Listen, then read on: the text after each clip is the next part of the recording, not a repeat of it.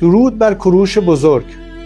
مرد حسابی، این چه استوریه که زنت منتشر کرده؟ چرا صورتتو گذاشته رو عکس من؟ چیو میخواین ثابت کنین؟ چرا هی خودتون رو به من میچسبونید؟ من تا زنده بودم دنبال بزرگ کردن عزت و عظمت این سرزمین بودم، اما شما چی؟ اون از بابا بزرگت که آراراتو بخشید به ترکا، دشت ناامید و سرچشمه‌های رود هیرمند داد به افغانها و الان مردم من در سیستان آبی ندارن که بخورن. اونم از بابات که بحرین رو داد رفت. از اون روزی که اومد بالا سرم و گفت کوروش آسوده بخواب، دیگه من خواب راحت نداشتم.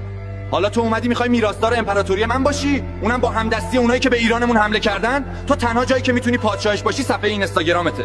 من اگه میدونستم یهودیایی که آزاد میکنم روزی به کشورم حمله میکنن، میذاشتم همونجا توی بابل زیر دست بخت و نصر رو بپوسن. در ضمن من این همه اقدامات شاخص داشتم، حتما باید روز آزادی یهودی‌ها رو روز من میذاشتید؟